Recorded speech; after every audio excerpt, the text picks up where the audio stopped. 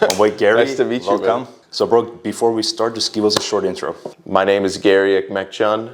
I'm a natural bodybuilder. I was a huge basketball guy. I played sports all the way until my sophomore year of college. I was eventually recruited to play college basketball in Chicago, and I played there for 2 years, and let's just say that, I didn't like it as much as I thought I would.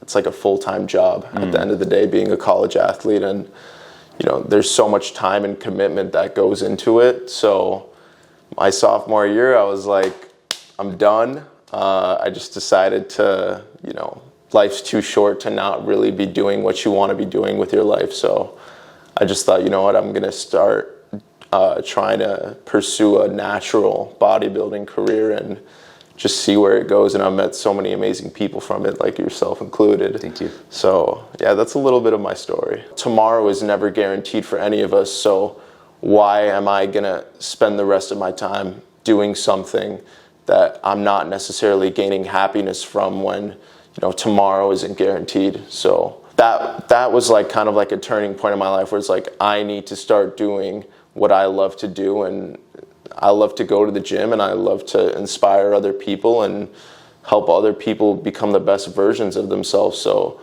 I think at that point in time was kind of like the turning point. Got it. So before that, you had no bodybuilding, weightlifting experience? Just plainly for athletic performance? I would say that I had like athletic, specifically like you said, I was lifting for athletic performance. I would go to the gym maybe like 3-4 times a week. Like obviously I had no idea what I was doing, like almost all of us when we first start out. But I never really stuck to a hardcore like bodybuilding routine until after I quit playing basketball. Okay, so it was like during college that you realized you wanted to do bodybuilding? Yeah, actually, it's kind of funny because the way I met my coach was actually through basketball. So like a lot of Armenians know, we have Men, which is like this huge organization. And I was playing on my Mossie's team at the time, Mossie's 1A. I'll never forget it. This was right before a game. And one of my assistant coaches was talking to some little kid that he trains in the gym, and he was like, the last time I competed, I was like, wait, what? Like, you've competed in like a bodybuilding show? Like, I never knew. Like, and then after the game, we lost. After the game, we just like started talking, and I was like, I've been thinking about quitting. Like, would you be my coach? Like, once I'm done playing, because I think that I'm going to be done after this year, 100%. So he was just kind of like, we'll talk then, and he's my coach to this day, and I love him. Johnny, shout out to Johnny. I don't know where I would be without that guy. That sounds like an interesting story, man. Yeah, it's a really funny story. He's like a kid. He's like in his 40s, but I still look at him like he's like one of my best friends. It's funny. That's dope. So do you think, before we get into bodybuilding, are there like some things that you really carried from your basketball experience to bodybuilding? Yes, I would say like bodybuilding is definitely a sport of consistency. The reason why I would say that I've been somewhat successful in like sticking to a training regimen, sticking to a diet is, because I've been comfortable with being uncomfortable. As a college athlete, basketball is your life. You have to go to film session, you have to go to weight session, you have to go to conditioning, you have to kind of, make it your entire life. And, I think because I was able to do that, the transition to go to bodybuilding was somewhat easier because I had no problem with being like a disciplined individual. It's kind of just picking what I wanted to focus on. So discipline was never a problem for me. Yeah, a lot of traits that are kind of crafted from like different sports, you can definitely transfer them to either different sports or like just different aspects of your life, whether it's work-wise, career-wise, like discipline, like showing up consistently without even like, sometimes you don't even see the results until like months later. That's like a really like great trait to actually build, and I know like you crafted it perfectly. Thank you, bro. Yeah, I would say this is something that I tell all of my clients as an personal trainer and fitness coach, like, you need to be okay with not seeing results for the first couple of months. And I think so many people get wrapped up in their progress, and they're like, I've been going to the gym for like 2 weeks. Like, I don't even notice anything. And I'm like, brother, I've been going for like almost like 3-4 years now. And I still feel that way. You know what I mean? It's almost just like it's not going to be like exponential growth. It's going to be like a linear, short, over time type of thing. And, you know, once you're okay with not seeing results and you're still doing it anyway, I think that's when you've really like mastered like yourself as a person. So since day one in your mind, you were like, I'm going to compete. Yes, honestly, because again, while I was playing basketball in high school, I was like into the gym, and I realized that, my dad came to one of my games and he saw my teammate's father sitting in the stands, and my dad recognized him because my teammate's father actually was a Mr. Olympia in 1983. His name is Samir Banout, and my parents are from Lebanon. So my dad, and Samir Banout's a Lebanese guy, so my dad like kind of grew up watching his older brothers kind of idolize this guy, and my dad sees him at my basketball game, and he comes and he introduces me, and I'm like, who is this guy? So I go home, and I'm just like watching his old videos like on my laptop, and I'm like, damn, like this guy was insane. This guy was a Mr. Olympia like right after Arnold won it, like just crazy stuff. And I was like, hey, this is something that like, this is inspirational. Like I want to be able to do this. And then from there, it was kind of just like a snowball effect. Like I started getting more and more into it. I watched Pumping Iron with Arnold Schwarzenegger like probably like 1 million times. He's definitely like a major inspiration in my life as well. So I think it was just like the steady accumulation of just like being, introduced to it and surrounded by it by so much. And I think that's kind of how like my love for it really like fostered. That's a dope ass story, man, because I know whenever you have the right inspirations around you, you can definitely learn a lot from them. Before you got into bodybuilding, was there like, were you like skinny, were you like muscular, lean, like what was your physique? I hit a growth spurt early, so I was around 5'11", and I want to say I was like 165 pounds. So I was like very skinny. I was very athletic. Like I was able to dunk and stuff like that in like the 9th grade, but like I never really had like a big frame. And then I think my junior year, I ended up fracturing my left ankle. So from there, I got up to 190, but I was just like super like, I was flabby. I was like out of shape. Obviously, I can't do physical activity because of my legs. So I think around that point is when I just started like messing around with weights like upper body for fun, because I was wearing a boot at the time, so I really couldn't do anything else. But I was doing like basic stuff like shoulder presses and stuff like that. I built some muscle, and then like an idiot, I just decided, okay, I'm gonna cut now. I don't know why I was cutting. If you're in your first 3 years of lifting, you should be bulking. Like, do not cut. That is, unless you're severely obese, you should be bulking. But I decided I'm gonna cut. I probably lost any muscle that I put on. I went back down to 175, and then I think I went into my freshman year of college at 175, just as some people might say, victim weight. So it's definitely been a journey to be able to like be like 190 pounds like shredded for sure. Like it took me years. So if you think you're gonna get it in just like a year and a half or 2 years, I mean, best of luck to you, but it's tough. How long was your bulk? Ooh, this most recent one? Yeah. This most recent one was, so I quit playing basketball in March of 2023. And I bulked from March 2023. I remember I stepped on the scale. I weighed 185 pounds. I bulked from 185 to 230, and I held that until April 2024. So a year and a half of just staying at 230, trying to clean it up a little. You know, it was honestly like, at first I loved it. I loved being, because it was a dirty bulk. I loved eating whatever I want, but those last couple of months, I would just look at myself and be like, who are you? You know what I mean? Like, you're not, you know, I wasn't as confident.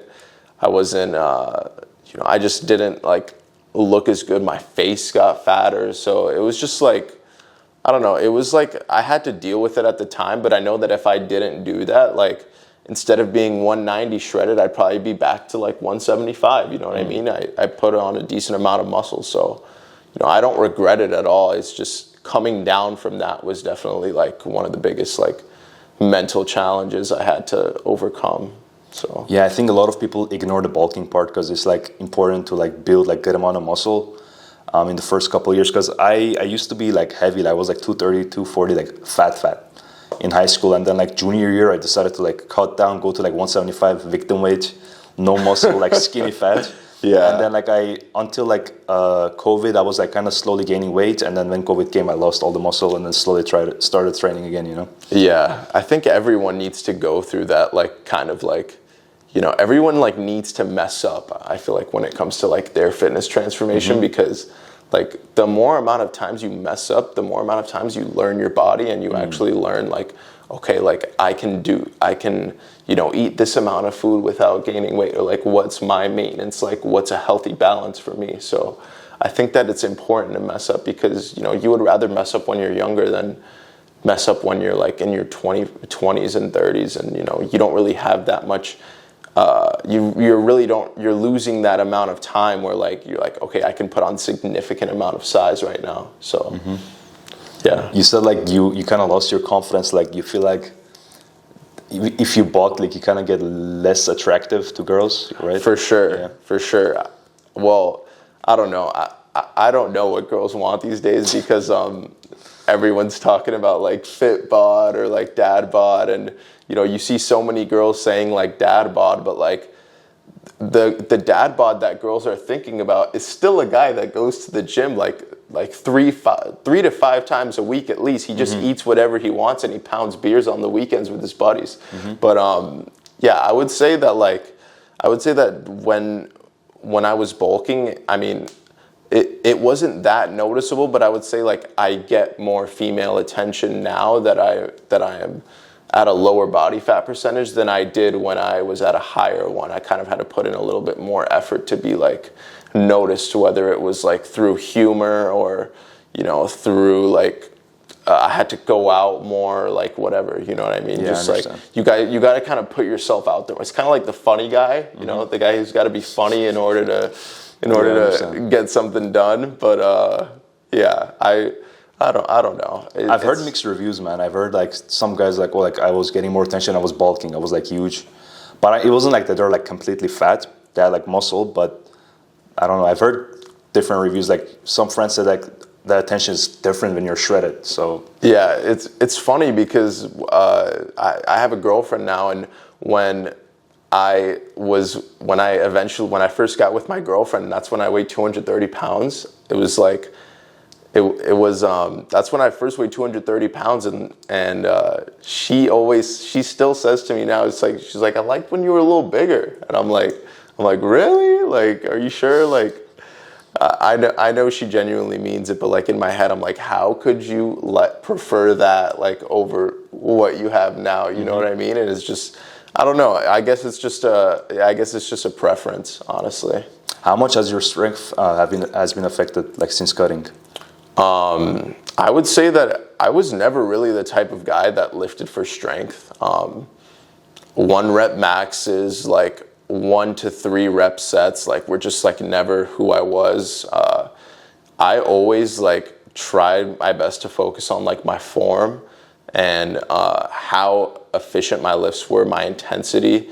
Being able to keep a perfect form for like 6 reps was like golden to me. If I could keep a perfect form, like I'm not wobbly, I'm not doing half reps. If I could keep that for 6 reps and then I could rep it till failure and kind of mess up a little, like that was like, okay, because I know that like my muscle is getting properly like worked, you know. I'm not a power lifter, I'm a bodybuilder. So I think a lot of bodybuilders get so like hyped up on their like 1 rep maxes. I'm like, bodybuilding is, you're supposed to burn the muscle as much as you can during that set, and you're supposed to get the most flexion and the most the best contraption you can get. So you doing a 1/2 rep max isn't going to really benefit you from a bodybuilding perspective, unless you're just like looking for that ego boost necessarily. So makes sense. So what do you think there are like some common misconceptions about bodybuilding that like regular people don't know? I think that a common misconception is like, obviously, like how much steroids like plays a part in, you know, a bodybuilder's success, because, you know, there are guys with elite level genetics, there are guys with awful genetics. You know, if you put both of them on the same substance, you know, the guy with elite level genetics is gonna probably hyper respond and grow twice as much more as the guy with shitty genetics. Like, I've seen guys on gear that don't really look the best because they're just not built for it, whether it's their proportions or their symmetry, or this is all stuff that you're judged on in bodybuilding. And, you know, after doing a bodybuilding prep, I just have like a complete new level of like respect for these guys, because, you know, I'm doing this for the first time. I started in April and I'm doing it until like the start of August. You know, there are guys that do this shit year round, every year, and this is their life. Like, you just have, like, once you go through a prep, and bodybuilders watching this will understand this, but you just have a new level of respect for all of these guys, because, you know, you're a better person than me. Like, I could not do this year round, and, you know, I couldn't sacrifice like as much as they do year round. I mean, I'm 21 years old. Like, you have guys stepping on the Olympia at that stage, or becoming IFBB pros. So you just have a whole new perspective when it comes to the sport. And bodybuilding is one of the few sports that, like, you know, it's in your daily life. Like, whether you're in the gym or out of it, whether you're sleeping, how much you're sleeping, that's going to affect how good you are at bodybuilding, how much water you're drinking, what supplements you're taking, how much effort you're putting in. All of these things translate, and that's something a lot of people don't realize, that, you know, bodybuilding follows you outside of the gym. You have to make it your whole life. I understand. Yeah, because I feel like a lot of times you mentioned different sports. It's like you play basketball, soccer, whatever. You just play and go home. You know, like, you kind of have to keep an eye on your diet. You don't have to go crazy, but you can kind of still maybe have like a little pizza here, pasta there. But like bodybuilding specifically is just straight up discipline, bro. You got to like cut out all the bullshit. Like, let's just say the difference of someone winning and not winning may be like a pizza slice. Yeah. Or like, you know, some like a little cheat meal that the guy smaller. had. Exactly. Like whether some guy is drinking distilled water or he's drinking regular water, or like if this guy's taking his supplements and this guy, he missed taking his supplements one time. You know what I mean? So you can lose by a hair in bodybuilding. It's purely mental, right? Yeah, I would say, like, throughout this time period, like, it's been just like a mental battle with like myself, and, you know, thinking like, like, maybe I'm not cut out for this shit, or, you know, maybe it's just not meant to be. And like, I remember after like my first show, like I placed third, and I was just like, you know what, like, this is like, I'm gonna win the next show. Next show came, everyone in my class became a pro bodybuilder but me. So I was one spot away.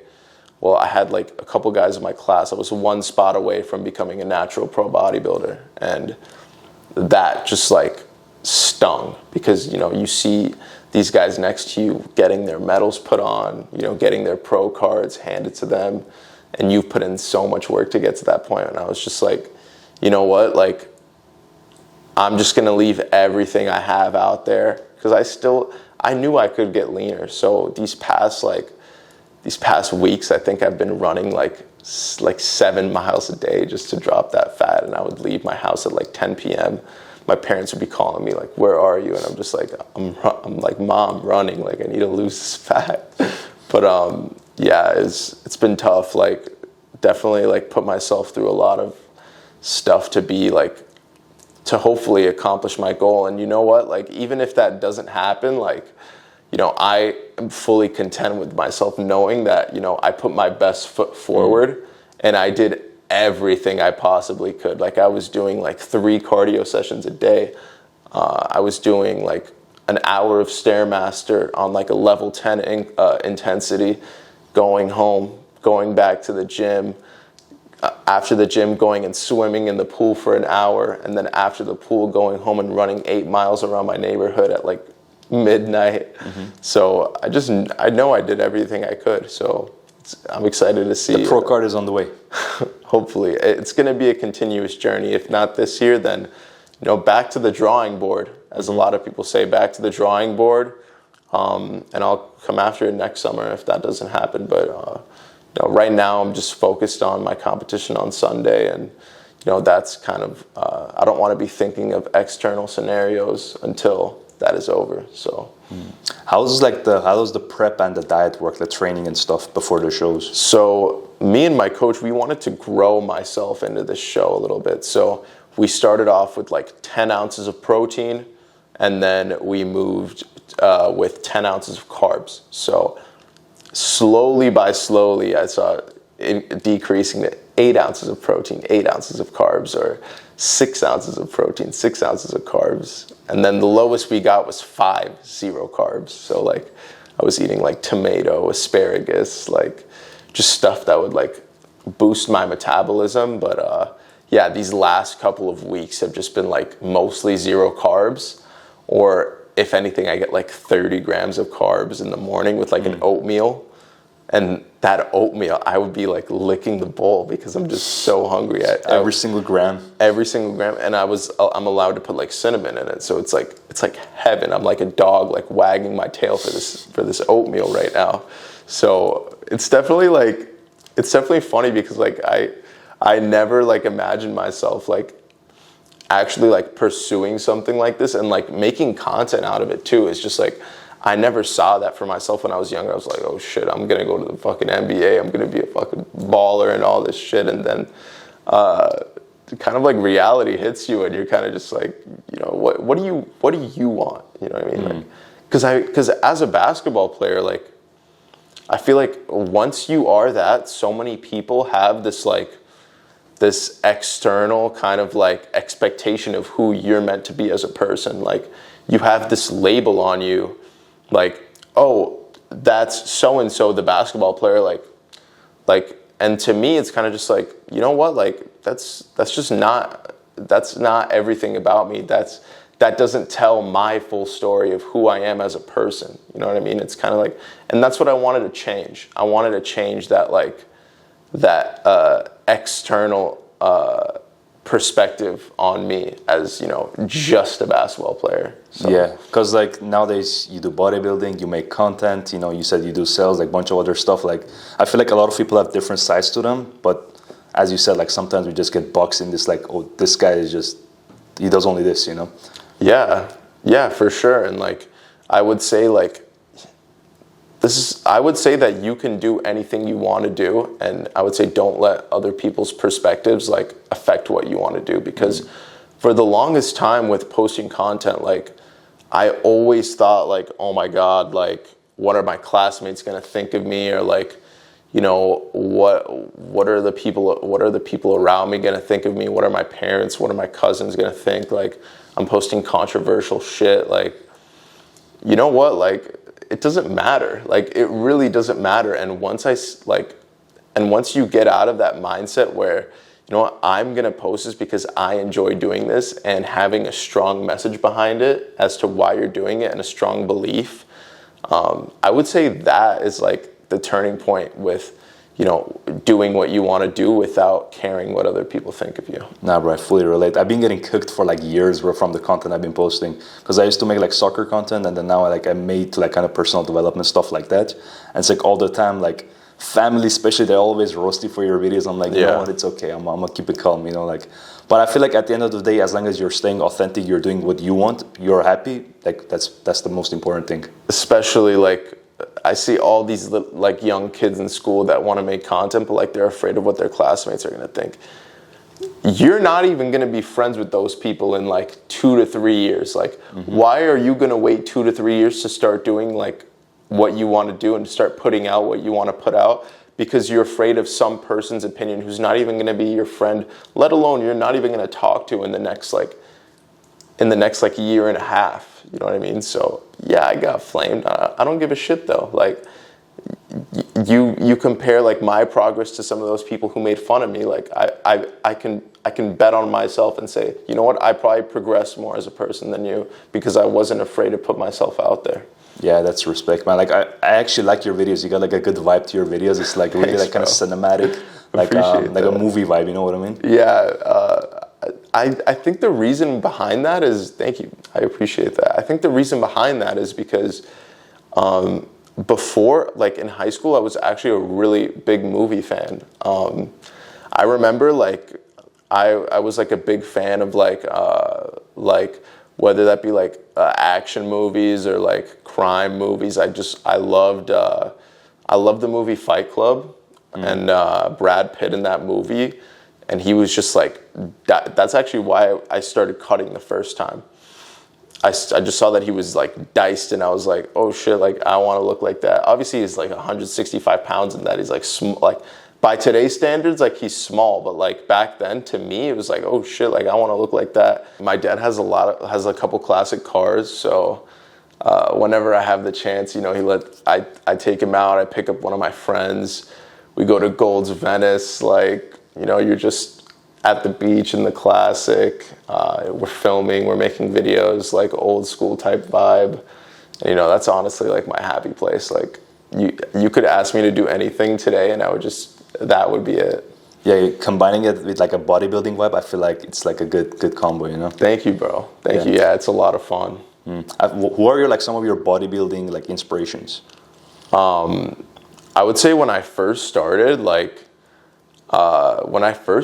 was like it was a lot of like movie actors. When I first started, it was a lot of movie actors, like Hugh Jackman in the Wolverine, like believe it or not, or like Steve Rogers and Captain America. Like when he comes out of like that, I think it's like when he comes out of like that like ice like tomb thing, and he's just like ripped, and I was just like, dude, I want to look like that, you know what I mean? But over time, like it kind of transitioned.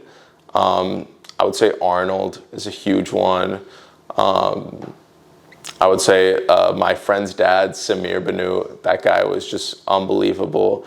And then like when I started getting more into the content game, I started watching Mike Thurston was a huge one for me because I just love the content that he was making, and like he would make like these super sick travel vlogs, podcasts with insanely successful entrepreneurs. Like I looked at him more of as like a lifestyle, but like the guy is still huge, you know what I mean? Like he has a great physique.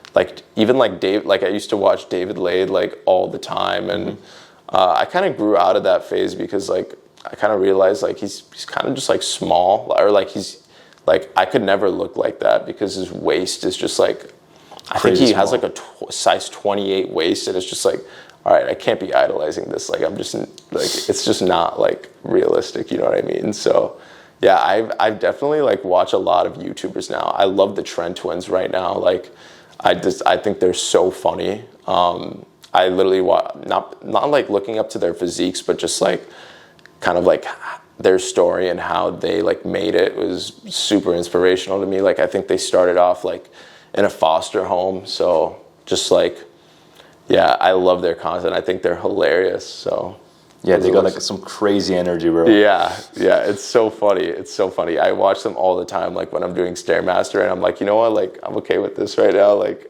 I'm good. Is that your secret of getting through the cardio, just watching content? Yeah, just watch YouTube videos, honestly. I think I've watched like 1 million YouTube videos, like just by doing cardio. Like I kind of just forget about it. Like I kind of forget I'm on the machine when I'm watching some of these YouTubers. And you know, that's my goal eventually. I want to start making YouTube videos as well. I have a lot of footage from like my first 2 shows. It's kind of just like I'm editing them myself. So it's kind of been a grind, bro. So you know, I respect your frequent uploads, dude. I know it's tough. I know it's tough. Like, especially when you're probably editing everything yourself too. Yeah, so. I've had editors, but it's like they can't really get it the way you want to, you know? Yeah, it's kind of just like, you know, you're not going to be satisfied unless it's you doing it. You know what I mean? Like exactly how you want it. But I think for the future, I think at some point we have to kind of compromise. Yeah, you have to delegate that task. Yeah, definitely. It's way too time consuming. Way too time consuming, bro. It's like hours of sitting and like looking at the screen, like the same footage like 100 times, bro. It's like the same like 10 seconds like 100 times. Like how could I make this better? Oh my god, bro, tell me about it, bro. I'm so done with that. And literally it's crazy because I do that like with my reels that I look at, and I'm just like, and I get like sick of it, and I'm like, dude, there are people out here doing this with YouTube. Like, I need to stop complaining and being a little bitch. You know what I mean? It's like, brain rotting, YouTube bro. is so much harder than like social media or like Instagram or TikTok or whatever. It's way harder. I have like a different level of respect for people who upload like on a day-to-day basis, like let alone a weekly basis. Like, it's tough. Yeah, it's a whole different job for itself, bro. It's crazy. So I want to touch on like your previous competition. Okay. How was the experience? I would say, so I competed on July 4th, and that was kind of like a show just to get like my feet wet, you know, get all of that first game jitters out of the way, butterflies, all of that shit. I walk up on the stage, my legs are shaking because I'm so nervous, but it was a good experience. It was an untested competition. I finished 3rd in men's physique, which is like the board short category. And then I finished 5th out of like a class of like 10 to like 15 guys in classic physique. And, you know, it was untested, so I didn't have a super high expectation going into it. I just kind of went out there like, hey, like I'm actually like doing it. You know what I mean? Like I made it to whatever it is that I wanted to accomplish. Was I in the best conditioning? No, because I knew that like I still had another like 2 to 3 weeks until like the big one. So it was kind of just like a spontaneous thing. And then on the 13th, I had a week and 2 days to prepare for my next show. And from there, I think I lost like another like 3-4 pounds of fat. That was kind of just like way more competitive than I expected it to be.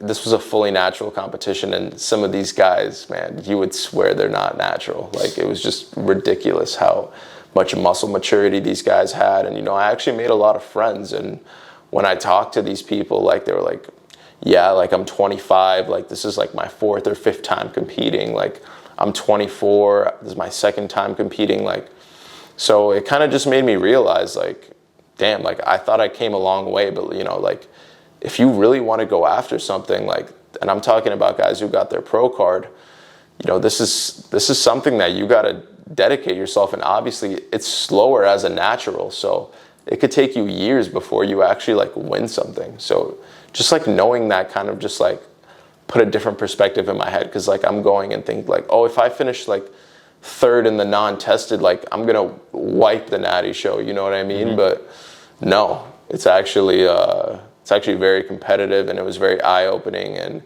that's kind of like what sparked a fire in me. That's like, all right, you need to come dialed into this show. And then literally a day right after my show, I'm on a plane to Europe. So life can't be that bad, am I right? Yeah. If I don't win. So with your competition, you said like the first one was untested? Yes. So isn't it like kind of unfair that like, you know, some people may take some stuff? How does it work? I wouldn't say that it's, well, basically it's untested, and if you're on stuff, if you're not on stuff, I would say like it doesn't make that big of a difference. But if you have guys that like are like in their late 30s, you know, blasting gear, obviously you're gonna look smaller next to them. But I wouldn't say it's unfair, because obviously you have to register for the competition. So I didn't put myself in there not knowing that I was going to be going up against guys on juice. You know what I mean? So I didn't have a very high expectation for that show at all, because I knew what I was going into. But like, it's another story if you're going into a natural competition, and there has been a guy who's been using PEDs there for at least a couple of years, but you know, he's been off of it in the past year because he wants to compete in a natural show. So I would say like the lines are a little bit blurred as to like super gray. What's natural, like what's not. Like, are you a lifetime natural, or have you only been natural for a year? Since yesterday. Yeah, exactly. So like, I don't know if you know who Jeff Seid is, but he is a super popular YouTuber. He like blew up during like the David Lade, like Ziz era and all that stuff. And he's actually an IFBB pro and in men's physique. And he competed in the natural organization as of last year, because I think he's been off in the past, like he's been off juice in the past like year and a half. So the lines are just like extremely blurred. I knew that if I showed up and I saw Jeff Seid at my show, I'd be pretty pissed off. Like, all right, obviously they're going to give it to the guy who's a freaking IFBB pro. He's literally made an Olympia debut at age like, I think he's the youngest men's physique Olympia, or youngest men's physique IFBB pro. But yeah, the lines are definitely blurred. It's definitely controversial. But at the end of the day, I know that I'm natural, so like, I don't really like pay too much attention to what other people are doing and what they're putting in their body. You know, like, I mean, yeah, that's true, but the thing is, like, you are like an actual natural. Yes. And it's like, you can't say, oh, I'm like natural this past year, and then you're just competing in a natural bodybuilding. Yes. So that's like, seems so like crazy to me, you know? Yeah. And I would say like, yeah, it's definitely like, I think that the drug testing could be better. Like, they should make the show so that it's a lifetime natural show. Like, I think that should be the point of emphasis and not just natural bodybuilding. You know what I mean? Because, all right, Chris Bumstead is natural in like his 4 months of the 4 to 8 months of the off season. He's not on anything. Could he just put himself in a natural show? You know what I mean? So it's kind of just like, you know, what's a reasonable amount of time for someone to be off juice where you would consider them natural? Or if you do not, or if they've ever taken juice in their life, even one cycle, one pin, you know, is that considered you are now not natural for the rest of your life? So yeah, it's kind of just like a crossroads that like a lot of people have different opinions on it. I personally think that if you're off juice for more than at least like 10 years, like, all right, like you're natural, you know what I mean? Like whatever you built on that foundation is probably like long gone. One thing I hate are like the fake naturals, bro. Like I see like on Instagram and stuff, bro, the guy is clearly on juice. He's got like the most insane shoulders, the most insane traps. Yeah. Clearly it's not real, but like it says natural. I respect being sincere and being genuine, but I feel like, you know, as as someone who makes content, you kind of have to put yourself in another person's shoes and kind of see like, okay, this guy probably has so many little kids looking up to him. Like, is he really gonna give his entire cycle? Like, you're doing more harm saying, hey, like, you know, I'm on this, and this, than you are being like, I'm natural. You know what I mean? Because this is like let's talk about Sam Sulek. I don't think he openly talks about his cycles, but clearly he's on a lot of juice, and I feel like stuff like that is getting like popularized within the fitness community, and it's not good because you have a ton of like 16 to 21 year olds who are like, oh shit, like Sam Sulek is on juice, like I'm gonna start juicing now. Like, when one, they don't have the genetics. Two, they're not even they don't even want to be competitive bodybuilders. Mm-hmm. And three, you're fucking up your health, like seriously. So it's kind of like tough to be like, you know, I hate people who are lying about their natural status, but like the way I look at it, it's kind of just like, and this is like an unpopular opinion, but like the way I look at it is like, dude, you're probably saving like a 17-year-old from fucking up his liver and his heart, you know what I mean? So yeah, I've never seen it that way. But I feel like if you're like selling like, you know, training programs and stuff, I think that's kind of unjust. I agree with that. If you're selling supplements, or especially like your own supplement line, and you're claiming that you're natural, I think that's the problem. But if you're just like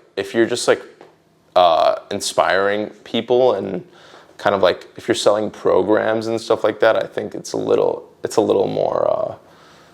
I feel like it's situational. Like it really depends.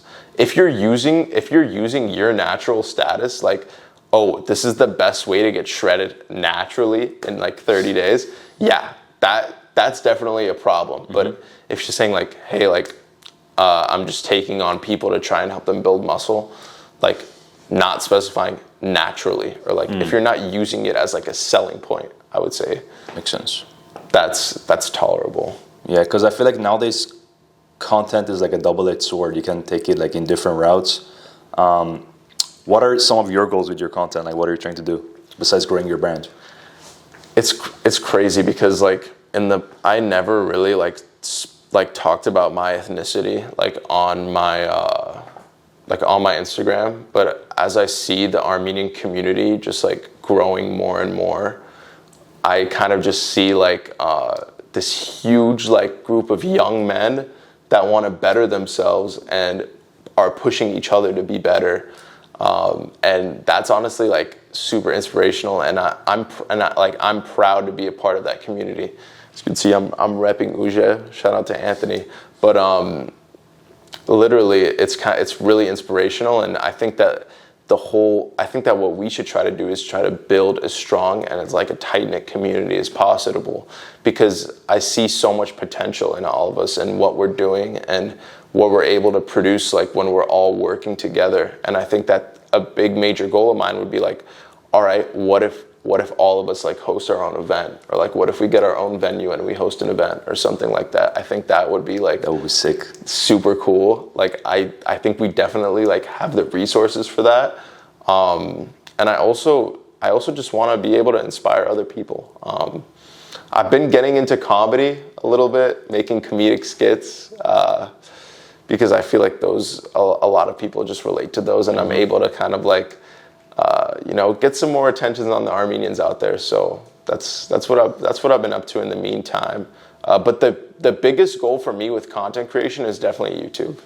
Definitely trying to upload every single week, let alone getting my editing down. I want to hire a personal videographer, just looking for the right person. So YouTube is definitely the biggest goal. For sure. Yeah, I see like some of the funny videos you make. It's especially the ones, the Armenian workouts. Those are funny. Yes, those are doing extremely well. Like I feel like every time I post one of those, it gets like 100,000 views.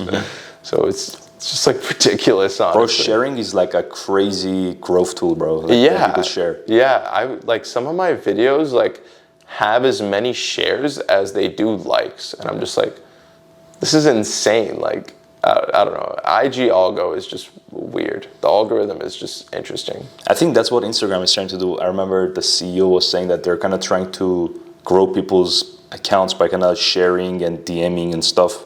And I feel like the algorithm is there to just kind of find out what people like and then push it towards them, rather than just kind of naturally grow them, you know? For sure. Like I would rather have like 5 videos that like do over 100,000 than have like one video that does like 10 million, and then like, because once you have that amount of views, it's kind of just like, all right, what are you gonna do from there? You're gonna have another video that does like 5K or 3K. Yeah. So there's no way to grow. I would say the steady growth is definitely the best. Yeah, 100%. In terms of algorithm and stuff like that. For sure. So you just said, we were talking a little bit off camera, you said your next competition is in 2 days, Sunday?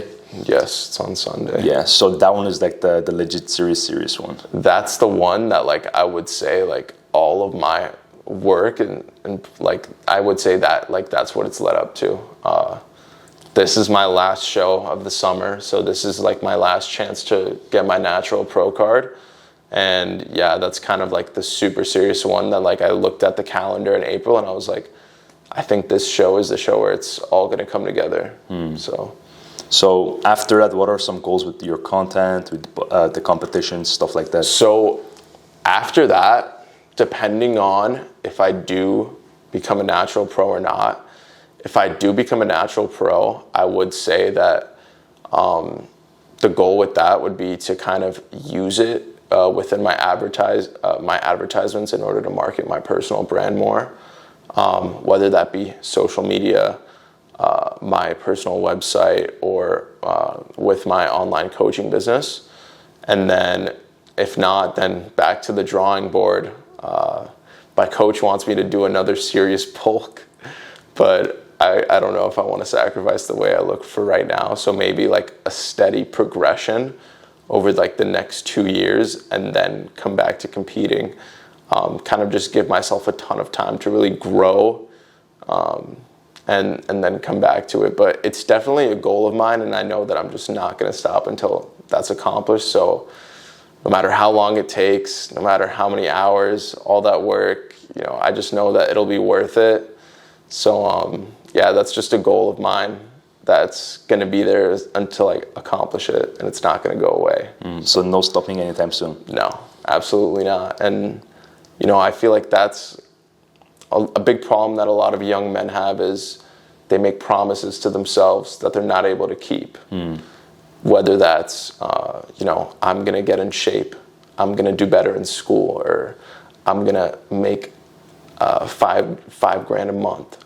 You know, the reason why so many guys aren't confident is because they don't come through on their goals, and they lose trust.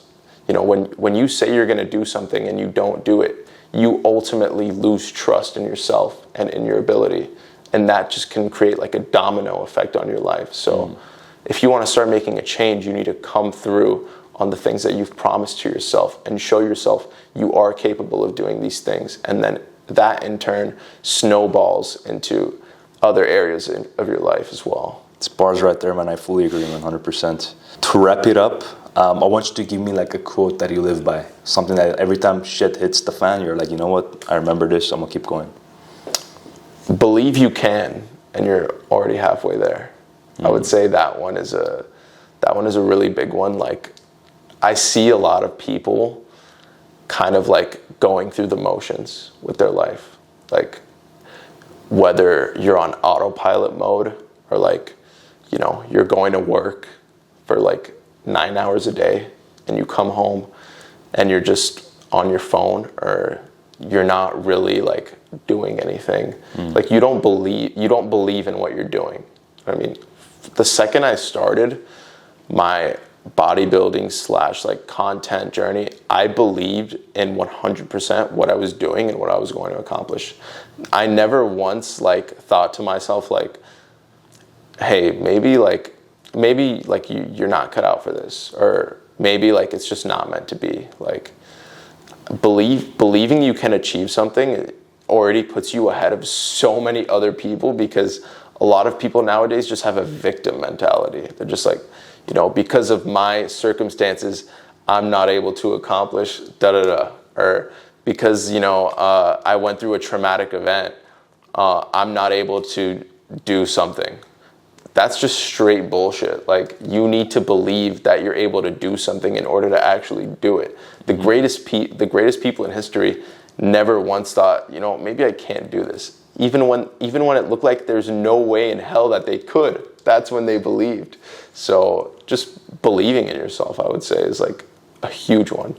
Yeah, so you're saying intentionally thinking that you can do this, that makes a huge difference, because like, yeah, tricking you're right. your brain. Yeah, because like a lot of people, you said, like they're kind of moving like NPCs. They're just very automatic. Yeah. They don't really have any intentions behind what they do. It's just, I'm just doing it, you know, for the sake of doing it, you know? Absolutely nothing. Definitely. But like when you believe like truly within yourself, you're like, no matter what happens, no matter what the situation is, no matter how long it takes, I'm gonna get there. That's why it's important, because it's also like, by you subconsciously telling yourself, I can accomplish this, it then subconsciously you start doing things that put you closer to being in that position, and you're not even thinking about that. Exactly. Like, it's like, oh, I want to go to the gym, but shit, I don't have enough time. Oh, what am I subconsciously gonna do? I'm gonna go to sleep earlier, or like I want to get in shape, but like, you know, I don't have the time to make food, or I don't have the time to cook. Oh, I'm gonna get a healthier option. You know what I mean? Just like little things like that put you closer to your goals. And it's crazy, because if you just tell yourself, if you wake up every day and you tell yourself your goals, like, you're in turn gonna mirror those goals throughout the day. So it's just little things like that like, you know, it's just like a mindset shift. And yeah. I think that these are a great tool, but they're also a big fucking problem, because people get so invested in what other people are doing. Like another huge quote that I love is comparison is the thief of joy. I swear I was going to say that. Comparison is the thief of joy. You know, like I could sit here all day and use this to create videos to inspire people, or I could look at other guys and be like, damn, like I wish I could be like that. You know what I mean? Like I wish that was me. I wish I was living that lifestyle. I wouldn't trade my lifestyle for anyone else's. I wouldn't trade my shit for anyone else's. So that's how it should be. I feel like everybody's blessed with different stories, different backgrounds, different cultures. There is a reason we are here. We got like our unique gift to give to the world, you know. So the fact that like as long as you believe in yourself and you just truly express what you feel and what you think, I think that's the best thing. Amen, brother. I completely agree. That was it, brother. It was a pleasure to have you on, man. Appreciate it. Nice to meet you. Nice to meet you too, brother.